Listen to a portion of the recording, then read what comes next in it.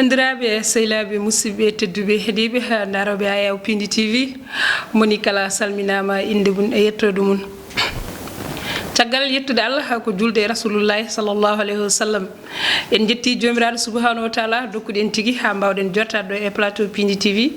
ko noon tigui jettirten seramɓe men jetten kadi hilifaɓe men diine jetten jinnaɓe meɗen sikki ala ko sehil mon guiɗo fulɓe kala Tidianiatou Sarr debbo mo horɗo Lissare Niang ko on tigui artit kadi jottade yewtidde e moɗon yewtidde mon noon e dow mbadi hesiri e dow kadi ganduɗa hande caɗele ɗe gonɗen e ganum hande ɗo gonɗen ɗo en garti tigui yewtidde e bandiraɓeɓe Piindi TV ganduɗa kala ene yaade jamanu kala ko kewi tigui mon battan haqqillaji mon e Piindi TV ma yaltin ɗum mon jeeb ɗum hano hannirtini mon daara kadi dañon hen kadi kala ko johluno ɗon ko ɗum taguen bismat ɗo hande ɓeɗo worɓe fulɓe rimɓe ranneɓe machallah humpitiɓe ganduɗa hande ko yahte e jamanu ko ɗum taguen bismade ɓe ɗo hande ɗum noon en mbiɓe bisimilla mabɓe ɗo e Piindi TV hono professeur min calmini min juurima min mbima bisimilla calmina bandiraɓe gani a jarama Tidianiatou Sarr min calminma min calmina kadi mawɗo télévision Piindi TV e kala fuutonkoɓe haalpulaar en fulɓe battuɓe haqqille oɗo télévision Piindi TV min belti hande e joɗade ɗo hande e plateau he ko noon tigui professeur ɓurɗo andirede Hamadi Samb min beltanimama no fewi min mbima kadi bisimilla ma ko noon tigui bismatoɗen kadi docteur men hono Abdoulaye Ka min calmini min juurimama min mbima kadi bisimilla ma mi salmitima mi juurima on miɗen salmina téléspectateur Piindi TV fof min mbiɗen wiye Abdoulaye Samba Ka komi superviseur des soins de santé primaire de district sanitaire Yembal ko noon tigui bandiraɓe ko no mbino mon ni tan en garti e mbadi hesiri gam hande ko tampini yimɓeɓe ko dillini hande foof aduna professeur eɗen gandi hande enen foof caɗele men ko gotum caɗele ɗe foof kadi ndenti en joguima hen ganuma en joguima kadi ganduɗa kulkuli mawɗo ɗum tagui neɗɗo kala ɗo dillirta kadi e ɗo dilla ene hani joɗade yewtide e bandiraɓe dokkodiren gossodiren kadi e bandiraɓe miijo nde won noon gandal yonata neɗɗo kala ko anda kadi ɓeydane ɗum tagui on hande bismade ɗum ɗo hande gam kumpitiron e bandiraɓe kalan ɗumen hande caɗele ɗe gonduɗen ɗe holno yimɓe mbawrata rentorade holno kadi yimɓe daɗirta kadi oɗo ñaw bonɗo ganduɗa kulɓiniɗo kadi ganduɗo hande aduna ko ɗum tagui bismaɗo hande professeur bismiɗen ɗo kadi docteur men Abdoulaye Ka ɓe gaddana en humpito ɓe gaddata hen kadi ganduɗa haqqe gandal mabɓe to ɓe gandi hande oɗo ñawde Allah dandaten hen danda julɗo kala Allah de walla jokko en ɗam ɗum noon professeur min gandi an ɓurɗa hettude koye ganduɗa banggue hande école aji ɗi eɗen jii caɗele gonɗe toon ɗe école aji hande kene tuggu hande koye 3 semaines hande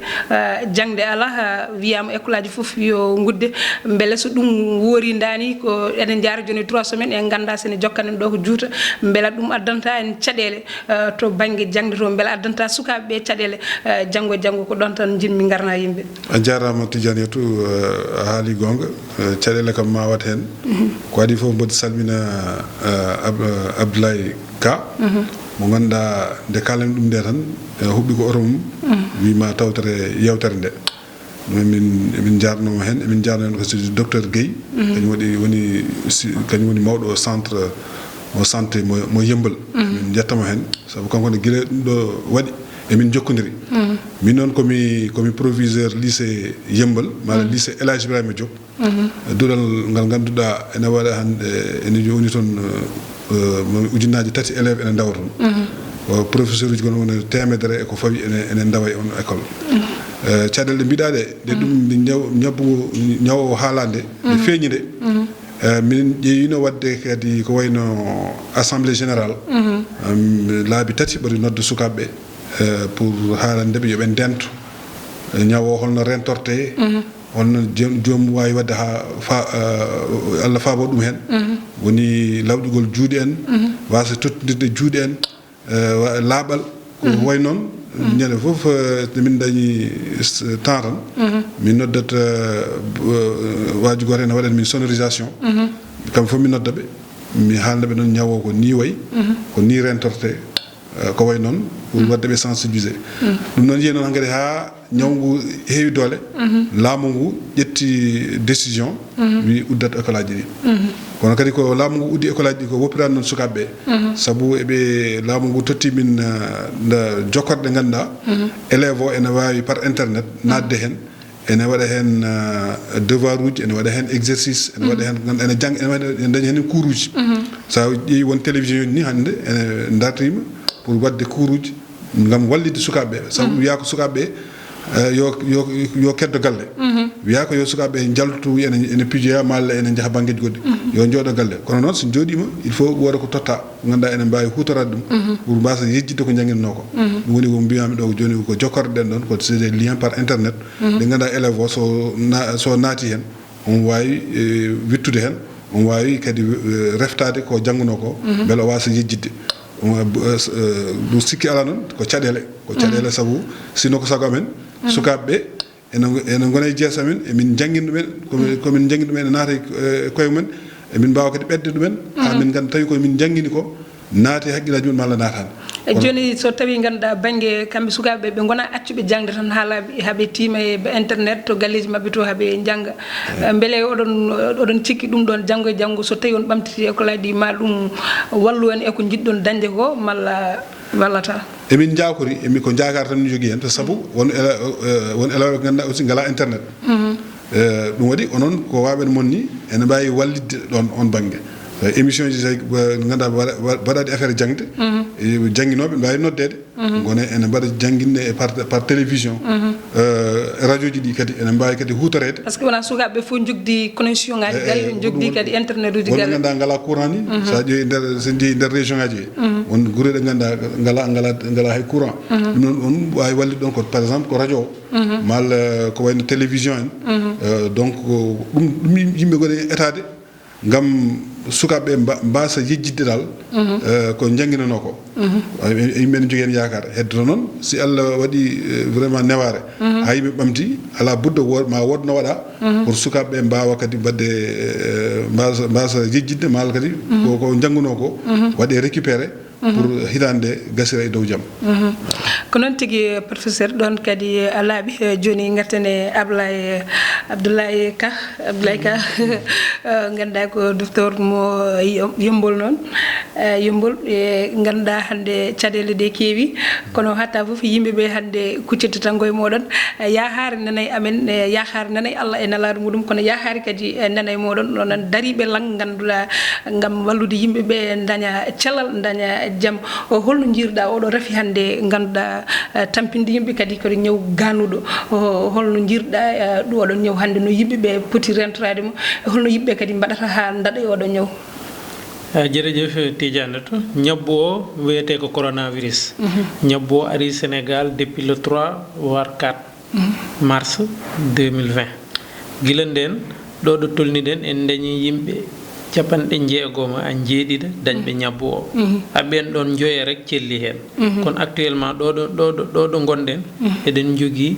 capanɗe jeegoma ɗiɗa wonduɓe ñabbu he ɓen ɗon ɓeni entre hôpital uji ɗiɗi hôpital gonɗo Dakar woni maladie infectieuse a hôpital gonɗo Touba ɓen ɗon ɓeni safre mais ɓe ciwa sellude mais ɓuuri amen hen tampin ko neɗɗo fof goɗɗo ɗum omo woodi koɓe mbiyata ka contact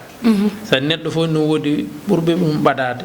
waɓe no joom suudu mum waɓe no ɓiɓɓe mum ɓen ɗon joni koɓe fotɓe waɗede surveillé de ɓen sikoɓe mbaɗa ko surveillé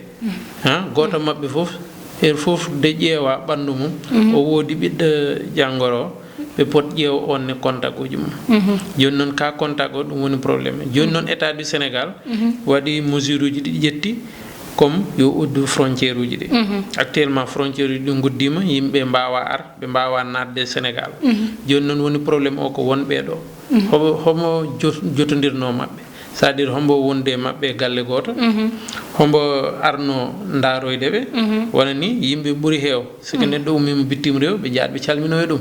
joni garɗo no salminoye ɗum siko weeɗi ɗum junggo wonata ko ka contact heɓat eyyi ɓe hoddi galle goto ɓe keɓat koddijo gummiɗo toon ne ari naate galle he ne wawi dañde janggoro o ne wawi dañde joni ɓen ɓe mbiyata ka contact joni ɓeɗo capanɗe jeegoma a ɗiɗa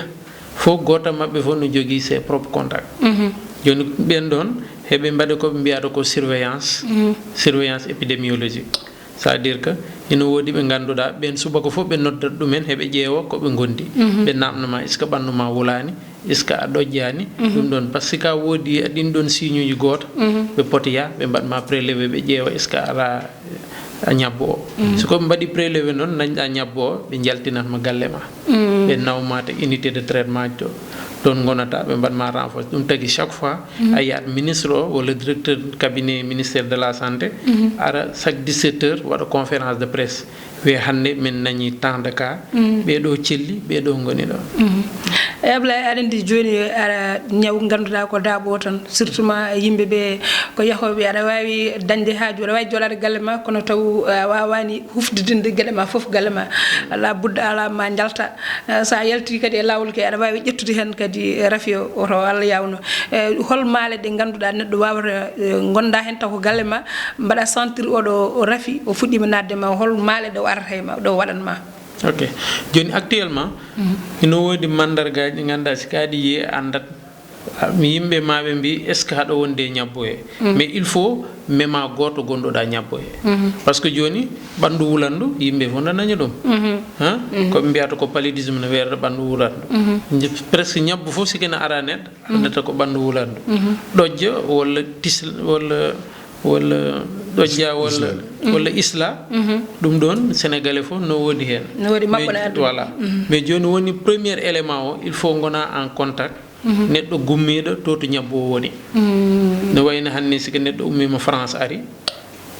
galle mon o wada teste wonde nyabbo e joni kala gondunodo mum contact siko banduma wuli wala dojjuda be garat be banma prélever parce que wona dum kala dojjudo wala bandu mum wuli cikata ko nyabbo gonduda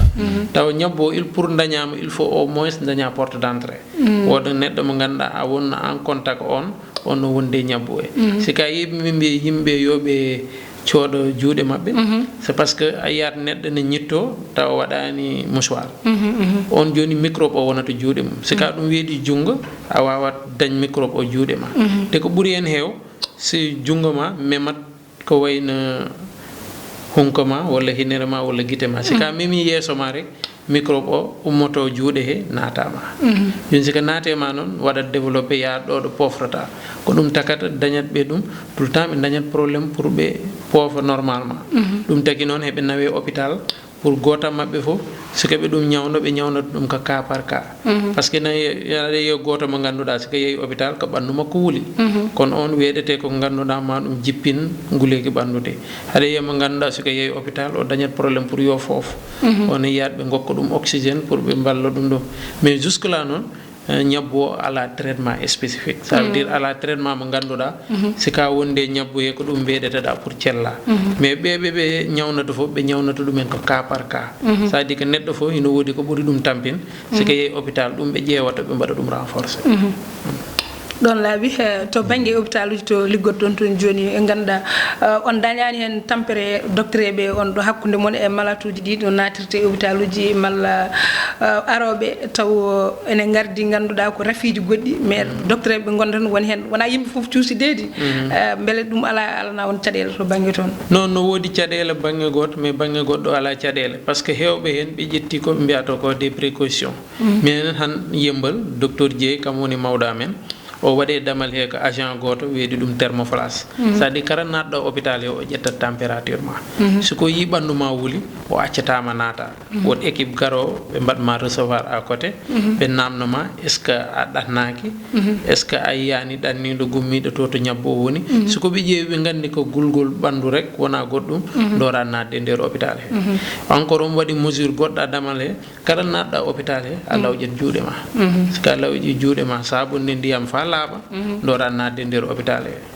e de dumine heewi hôpital uji gondi do ko même précaution bi jettu parce que dum aussi wadat dum wallat yimbe pour nyabbo wasa wadde propagation konon tigi don laabi joni ganduda e yimbe tan neddo tan payete do mo wonde refio o nangue pour wonde mo joy mo wonde refio mallo wondani hen après e yolde hakkunde den jomunen doga jaha laabi munen bele yimbe ko non poti wadde malla amad poti ko jodade ha docteur wiidi mala selli mala sellani bon joni ɗo ɗo ñabbotol ni yimɓe fof poti nadde a hare he par ce que joni ko comme guerre siko guerre woodi lesdi ndi wonata jaam ñabbo ari naati ɗo yimɓe pot wat surveillé kala gummiɗo France wono koreji men gummiɗo France gummiɗo Italie walla gummiɗo Espagne walla gummiɗo Portugal siko ari ɓe pot wat signalé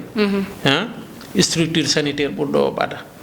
ko woni ko mbiyata ko district sanitaire sika wi noon ɓen maɓe ɗum noddu téléphone ɓe namno ɗum wot koɓe mbaɗata vérifié makko siko ɓe jii ɗum hen ɓe ganda ko suspect ɓe jahat ɓe mbaɗa ɗum prélevé ɓe ƴeewa siko woni cas positif ɓe ƴettat ɗum ɓe nawa ɗum centre de traitement to mais après noon ɓe ƴeewat ɓe entourage makko ɓe ɓe ganduɗa ɓe gonno en contact ma ɓe mbaɗete surveillé pendant 14 jours joni noon durant on ɗon 14 jours sika waɗi présenté signe de gravité ɓe garat ɓe mbaɗanma prélèvement ɓe ƴeewa joni noon siko prélèvement o waɗi positif a nawete centre de traitement siko prélèvement o waɗi négatif noon ɓe continue surveillance o mais aussi neɗɗo no wawi dañde ñabbo o ñawde fa sella siko raɓama titi dañat possibilité pour dañde ñabbo o so raɓama gongol kadi heɓta no wawi raɓede gongol encore ɗum tagui aussi yimɓe pot rentade ko moƴƴi ko moƴƴi ko moƴƴi wona tan a dañi ɗum gotol a wonta ɗum dañde aɗa wawi ɗum dañ siko goɗɗo raaɓima a dañat ɗum de comme ñabbu daɓodiral ɓuuri hen moƴƴi ko yo yimɓe gostu yaadu mabɓe neɗɗo yaha ko waɗi farata sika yalti jaaha farata jaaha liggoyɗa garta yimɓe gusta yaaduji ɗi ganduɗa ko yaaduni rek comme sukaɓe ɓe jaltat ɗo ɓe jaraɗa attaye ɗum ɗon sikoɓe mbawi ɓe gusta ɗum sika yi état Sénégal hatti yo yimɓe gon groupe dental ɗum ɗon nde aussi par ce que même julgol juma ngol sika yeehi juma ko mbolo wonata toon e aɗa andi julgol juma ñande ne ɓennugol ngol waɗi caɗele no feewi hol saliɓe tan dari lang mbi kañumen forcément jaaha juuliya mbeɗa sikki mataw ɓen kadi ballani mataw wa ɓen ɗon ɓe ballani par ce que joni ni sika yeehi juma hay goto anda homo woni an par ce que juma to ala mesure bawɗo wadde identifié est ce que professeur no wondi hen walla wondani hen de sika ari no wonde ñabbo he sika ari mbo ɓaɗi fof no wawma rabde de ɓuuri heew siko yimɓe jalti juma a yiyat ɓe calmodira ɓe mbeɗodira juuɗe de ɗum fof ñabbo o ɗum okkat ɗum sens ɓuura wadde propagé ɗum tagi yo yimɓe cabbo seeɗa ɗo ñabbo o waɗe maîtrisé par ce que lesɗele ɗe ñabbo o rewi fof tant que mo waɗaka maîtrisé yimɓe dañata koɓe mbiyata ko libre circulation ça veut dire jaahaɗo belɗa ɗuminaɗo belɗa par ce que aussi siko yimɓe fof jaggi hen goto fof usti haajuji mum na yaaha farata rek siko waɗi ɗum wasɓe sellu wonɓe a hôpital he ɓen ɗon état o no wawi ɓe wadde sécurisé mais woni probléme o noon ko population générale o population générale o noon no ɓe mbawi moytorde ñabbo o woni eɓe lawɓe juuɗe mabɓe eɓe jaaha farata fof ko ganduɗa ko rassemblement addata ɓe gusta ɗum ɓe gacca ɗum le temps que yimɓe mbaɗa maîtrisé ñabbo o ko noon tigui Ablaye merte professeur professeur aɗa andi jinmi jewta tan ko fate banggue Fouta aɗa andi enen joni Fouta banggue diwan Matam ɓurɗen takkade ko frontiére uji ɗi oɗo saaha hande laamu ne dari toon haɗa yimɓe lumbude kono hatta fo yimɓe ne tiiɗi koye ene jaaha ene lumba jamma taw yimɓe tinani ene jadira ene jaaha ene garta aɗa andi kadi enen Foutankoɓe aussi ken yimɓe joom gacce en neɗɗo ara ma wetma junngo mbiya a wawa salminde ɗum holko mbiyata banggue Fouta toon holno yimɓe ndertoto toon eyyi ɗum tidianatu mboɗo yetta kadi docteur Ablaye ko leerna en ko ha leeri ɗum o haali o wi joni koye guerre gonɗen way kono joni leydi men ndi koko yana si leydi yanama noon goto fof ko soldat goto fof e bangum ko soldat reno kersa ala hen gacce ngala hen mbosi assalamu aleykum o salminama malla mbaɗani neɗɗo junggo hay sino koye gadiata mbiyade ɗum de koko haɗa hankkadi par ce que dabodenal koye juuɗe ɗe koye juuɗe ɗe neɗɗo wawi jogade ɗum tawi lawƴani juuɗe mum e sabunde ha laaɓi sa totti neɗɗo junggo tan heɓat ɗum yimɓe kadi teddina soɗade ñande foof kala nde jaltuɗa sa arta e galle ma haade ma wadde hay hunde ƴettu sooɗo juuɗe ma sabunde e ndiyam ha laaɓa ceer sukaɓeɓe kadi so jalti sukaɓe ndi so dañama to jaltu sukaɓe yo to jaltu joni andi professeur min mi yi tan hanki tan jimi yalti mbiɗa yaha mbiɗa duggoya bottaram kono kawrumi koye sukaɓe almuɓe ɓe ha joni ɓe yiyandam min koɓe kaɗaka yaltude haaɓe jaaha haaɓe jirla ɓe ñaama e laabi ko mbawɗa wiide ɓen seeɗa kadi aɗa andi joni de président yaltini yamirore wi yo école aji ɗi udde wona école aji français ɗi de hay daara o wi ene winda hen daaraji kala to jangguinte ɓurana mala to yimɓe ndentata il faut yo udde ɓen noon mboɗo sikki noon han laamu ngu aussi ene foti ƴeewde holno walliri ɓen mbaɗi ko almuɓe ƴeewe holno ko dokkira ko ñaami mbasa yaltude par ce que mboɗo sikki yaltude nde woni ko ƴeewde ko ñaami jomum so tawama ko si ballitama woni banggue mairie ji ɗi walla banggue sous préfecture uji ɗi yimɓe ƴeewe holno sernaɓe jangguinoɓe ɓen sukaɓeɓe totte ko guurdi ha oɗo saaha ɓenna saabu ko mbiɗa ko gonga ɓen sene jalta ene coroga ene corta ga mais ene mbawi tawi ñaw o hawre mumen ene mbawi lorde koye mum loro kadi to jahata ene jeeloyoto ɗum kadi ko kalɗa ɗo ko hunde wonde fayida no fewi yimɓe potani yejjidde ɗum almuɓe wona eɓe coke tan koɓe jaltata kono jomumen ƴeewe tawi holko dokkata ko mbawi wurdude ha jalten oɗo saaha eyyi min kam mi yi haaɓe ganduɗa haaɓe jalo koɓe ñaami mi anda noon ko taw ɗum ko caɗele mala taw ko ɗoɓe goruno ni tan e almudagal ha joni mais cikkami ɓeɗon jinnaɓe ɓayde rafi o ari kam neɗɗo fof no furno ene wawi jaggude ɓiyum ha rafi o iwa oɗo saaha après so yiɗi nawta dara aɗa andi ɓen sukaɓe sa ƴeewi jinnaɓe men gala ɗo ni koko jinnaɓe men jaga ndesno men ceerno jaaha bolu men kañum tan gondi tan koye ceerno andi on a wawa wiide tawi jinnaɗo woni ko Guinée malla woni ko Fouta adde ɗo e Dakar ɗum kay hankkadi ko hakkude jangguinowo ɓurano ceerno e laamu ngu saabu ɗum aussi il faut darne saabu ko mbaɗen wadde ko mbaɗa uddade foof si neɗɗo ari naate ma wiya ene yelo a yudumi ɗum totatmo ko ñaami to tottodirɗon ko ñamde nde daɓodiral ene wawi arde ɗo noon école aji ɗi guddirani anani noon daaraji ɗi noma duuɗe ɓurane ɗe foti uddede manam maɗa ƴeewe dal holko jomumen ballite mbasa yaltude ta kadi laaɓal ngal kadi ɓuura tinnede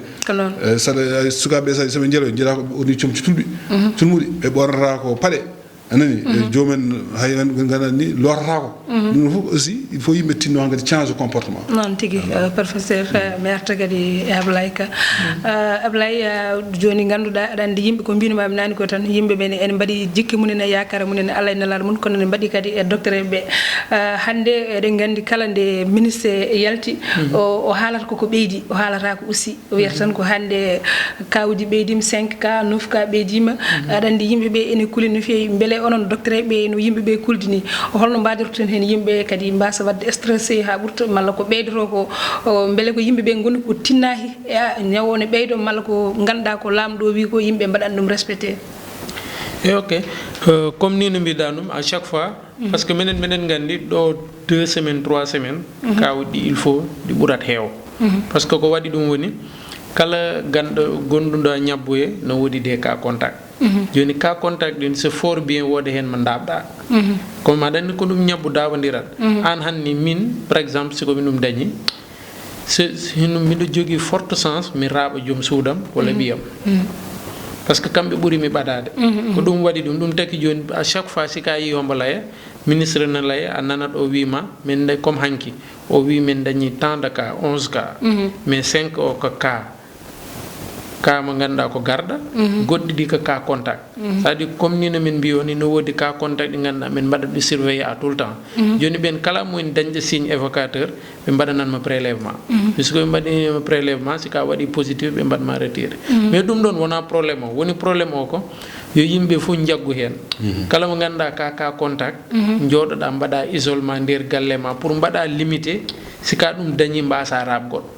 hande ni sika wiyama ka cas contact ya ustu voyage ma joɗɗa place goto mbaɗa masque ma ƴeewa galle ma suudu wotude joɗɗa toon le temps kaɗa waɗe surveillé mbaɗa limité contact uji ma par ce que tant que contact o ustaki évolution o ustatako sika ƴeewi exemple no wonno malade goto o ɓe guiɗi dañ Touba dañi no 71 contact woni capanɗe jeeɗiɗa goho ça veut dire ko neɗɗo goto on rek wonina en contact a yimɓe capanɗe jeeɗiɗa a goho ça dit que ɓen ɗon subaka fof ɓe mbaɗata surveillé ɗe ɓen subaka fof ino en ɗiɗo walla tata dañɓe ɗum joni comme ɓe guddi frontiére uji ɗi ɗum wonnata ko joni neɗɗo wawa umma bittim rew araga en joni surveillance o noon yimɓe foti hen wallude c'est à dire sika yi par ce que frontiére siko ɓe guddi aéroport ina woodi hewɓe ɓe ndewata ko lawol lesdi te comme jiiɗo frontiére uji men gona frontiére uji guddaɗi carrément ayi sika yi Fouta Mauritanie aɗa yi neɗɗo no wawi lummade laguel mum c'est à dire que ɓen ɗon aussi yimɓe mbawi en jaggu sika yi koɗo garɗo no ummi toon par ce que enen Haalpulaar en koyen ɗannotoɓe kala mon jiiɗo musiba garɗo gummiɗo nokku mo ganduɗa no woodi ɗum a foti ɗum wat signalé ɓe mbaɗa interrogatoire ɓe testa ɗum de kala garɗo testa walla ɓaadi testade onne o foti tinna o wasa jaksodirde yimɓe woɗɓe he le temps que surveillance mum gasa par ce que ɗum wawi ɗum mais après siko yimɓe tinnima hen ma ya ɗo ɗum tolnoto a yiyat kawuɗi gustoto mais pour l'instant ni comme que début épidémie o c'est fort bien ko subaka fo ɗum ɓurat yokkude subaka fo ɗum ɓurat yokkude mais ino ɓeydade mais no yaafa banggue goto ya après a yaat hino usto taw taki yimɓe ƴetti un bon comportement parce que Sénégal début o ko noon wodat gumɓe ñabbo o wodat ɓe gumani ɗum heɓe mbaɗa mate mais une fois ko ɓe jeeyi fa ɓe mbaɗi conscient ñabbo o no woodi contact uji ni no woodi a yiyat après no usto par ce que joni chaque contact siko ari jooɗi place goto a galle mum waɗi masque mum jooɗi wonani e contact a yimɓe woɗɓe dañatan chance pour rabde ɓe mais ɓaydi contact o ko jaltowo yahat marché yahat foof subaka foof momo dañi possibilité woɗo ɓe raaɓa woɗɓe ɗum taki yimɓe foof pote en jaggude kala mo ganduɗa ka mbaɗaɗa classé contact joɗɗa place goto le temps que surveillance ma gasa ɗon tigui laaɓi min beltanimama no fewi professeur derniére haalata ɗum ɗo tan jimmi namdadema aɗa andi ko waaju hakkude yimɓe andi hande ɗo gonɗen ɗo ene wayno kala ɗo yimɓe liggotono hande koko darti ɗo jahannoɗa daña pour gadda ñammina ɓesgu ma koko darti mbaɗananɗa galle ma hande foof koko darti hakkude hoddiɓe koddigal hakkude yimɓeɓe hande mbiɗa sikki ma to poti wadde ko caɓorɗo goɗɗo on foof nawata goɗɗo on goddi holko mbajotoɗa yimɓeɓe ha mbawan rendude gonen neɗɗo goto fof yejjita ko balɗa hamne musma tamodiren gonen neɗɗo goto ha ganduɗa mbawen haɓade oɗo reefe ha yalta men taw en dañani caɗele ko mbajoɗa yimɓeɓe ɗum kam woni yimɓe ballodira tan goto foof tawi dal wona ko ganduɗa ene sohla no fewi jooɗo galle mum mi wiyatama to ar gallam kono aɗa foti famde hankkadi ɓaadi ko ɗum ɗo gonduɗen goto fof yo jooɗo galle mum téléphone aji ene gooti yo yimɓe noddodir tawi ene waɗi sohlaji yo noddodir en tout cas ko wi ko contact o ɗum kam yimɓe gusta ɗum jaali ɗi ganduɗa gara mboɗi ara mboɗi yewtuma mboɗi ara mboɗi aɗa ɗo joni kala mo ganduɗa ko aɗa andi taɗa wonde koddiɗuma aɗa andi doole makko no famɗi taw an aɗa sawrumo seeɗa ballamo hen ɗum mbiyam yimɓeɓe ɗum kam ene moƴƴi hay ko ɗum woni ko mbiye tuba ko mbiyete mesure d' accompagnement tawi aɗa andi kanko o dawanno koye dawol he o dañatano koye ñaami tawi aɗa seɓorimo ballama ɗum kadi mairie ji ɗi mairie ji ene poti wallude hen ƴeewa par exemple les cas nécessité ƴeeɓe ganduɗa ɓe ko famatɓe doole ƴeew jomumen ƴeew en ballira pour mbasa yaltude par ce que woɓe ganduɗa so jaltani dañata ko ñaami hay banggue fonctionnaire uji ɗi mi nani eɓe kaala ɓe mbi joni hay laamu ngu fonctionnaire joguinoɓe ñamale e banque uji tene mbawi dartinde ko guittanno ko taƴano e salaire uji ko joomum wawa dañden ko ñamde par ce que no wiiri ni eɗen jahata ene ɓeeɗo seeɗa donc ɗum e joomum aussi il faut daña moyen ji pour ko soodi ko ñaami mofta donc enen ñaaga laamu ngu tawi ene wawi wiye banque uji ñamlunoɓe in fonctionnaire uji kalis dartina ko taƴanno e salaire uji ma ha oɗo saaha ɓenna beele mbawa joomumen mbawa dañde ko ñaami e ko jaari ko noon tigui hol dernier message mo lanceta bandiraɓe docteur kay comme ni no professeur wi ɗum yo yimɓe foti tinna yimɓe fof garna ñabbo o fof en mbawi hen jaggude bon comme affaire ballal ne même hôpital eɓe cohli ballal par ce que hôpital no wodi blouse uji ɗi mbaɗata utilisé ɗin ɗon il faut ɗe mbaɗɗa ɗum il faut ɗe ɓorniɗa ɗum sika hanteni koko sumate de ɗum ne yimɓe dañani ɗum en grande quantité aussi no wodi koɓe mbiyata solution hydroalcoolique ɗum ne hôpital uji ɗi no cohli ɗum hôpital aussi no sohli des moyens par ce que ko wayni il faut mbaɗa augmenter équipe uji ma te équipe uji ɗin ne il faut ballaɓe ɓe mbasa dañde ñabbo o par ce que wode mabɓe goto dañƴa ñabbo o wonta ya liggoyo de ɓeɓe wonduno liggey ne sika reani no wawi ɓe rabde ɗum tagui vraiment état o no wawi no waɗa ko wawi mais bonne volonté ji dini siko mbawi wallude yimɓe ɓe balla ɗumen ni no professeur wi aussi commune mbiyata ko cas contact siko neɗɗo woni cas contact mbiya ɗum yo jooɗo galle mum ɓenne laamu fotɓe walluɓe daña koɓe nguuri par ce que tawi neɗɗo o ko dawol mum o dañatno dépense sika ɗum wi yo jooɗo place goto après ɗum wodat probléme ɓenne sikoɓe mbawi wallede ɗum takat par ce que tawi ko cohlata ko fof a dañi ɗum nder galle ma ko ɓuuri hen heew a yaltata boowal ɗum aussi wallat amina ligguey a goɗɗum aussi fof ko ministre o haali ministère de la santé fof koɓe kadi yimɓe yo yimɓe gaccu ɗum par ce que ɓe kaɗata yimɓe ko dow intérêt maɓɓe koɓe kadi ko yimɓe yoɓe juuloy wona pour wadde attaqué diine mais c'est pour ñabbu o wasa dañde terrain sikoɓe kadi yimɓe par ce que yimɓe sikoɓe calima yaltude sikoɓe calima wadde les précautions ne Chine en wayno Italie en ɓe jeeyi fa ɓe guddu quartier ji ɗi pour jalta quartier naata quartier il faut daña autorisation de ɗum si kawuɗi ɓuuri hewne ko solution uji ganda yimɓe ƴettat ɗum par ce que libre circulation tant que hino woodi a yiyat kawuɗi ɓuurat heew joni yo yimɓe tinna Allah walla yimɓe affaire o haara ɗo ɗum wasa wadde propagé siko waɗi ɗum aussi solution uji ɗine mbasa wadde contraignant gonga ko noon tigui Abdoulaye Ka Allah jarama a jarama professeur bandiraɓe ɗon tawi mbaynortoɗen ɗum noon on jarama e gargol mon ɗo professeur min mantima no fewi min jettima nde kalanmami ɗum ɗon nde a ɓuftanani ni garɗo Abdoulaye kadi jarama e déplacement makko min gandi gattuɗon ko haajuji gattuɗon ko ligguey bandiraɓe sehlaɓe daroɓe aya Piindi TV ko ɗum tigui woni ko gaddanoɗen hande bandiraɓe nde wonnon oɗo rafi hande ko poɗɗen waddemo tan ko haare arabeɓe juɗɗo gata e goddol dabɓo kadi gata e coddugol beel Allah ne ittan en ganduɗa oɗo rafi mo Allah adde yimɓe ko Allah jogui foof jogui ñaw jogui cellal nde hokkaten jaam e kisal e cellal bandiraɓe hettanno en to banggue kaɓirde to ko Samba Diop e Thiadwalo ɗo e yesso haalirde ko sehli moon guiɗo fulɓe kala Tidiane to Sara debbo mo hornolde Sara Niang bandiraɓe jaam dow jaam less jaam kadi ɗo hakkude ɗo enen ɓiɓɓe fulɓe kala mbawen hedde hen so gueno ñaawi ha saaha goɗɗo ɗo e Piindi TV